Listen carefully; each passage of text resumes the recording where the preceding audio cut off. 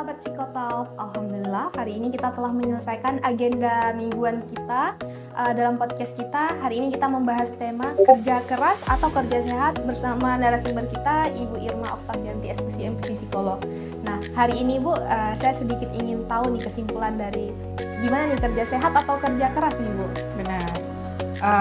Untuk era sekarang ini yang perlu kita tekankan adalah bukan hanya kerja keras. Kerja keras itu belum tentu kita menjadi sehat, tetapi kerja sehat itu sudah pasti di dalamnya ada kerja keras.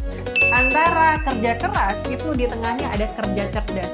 Sehingga untuk menuju kerja sehat itu kita perlu kerja cerdas.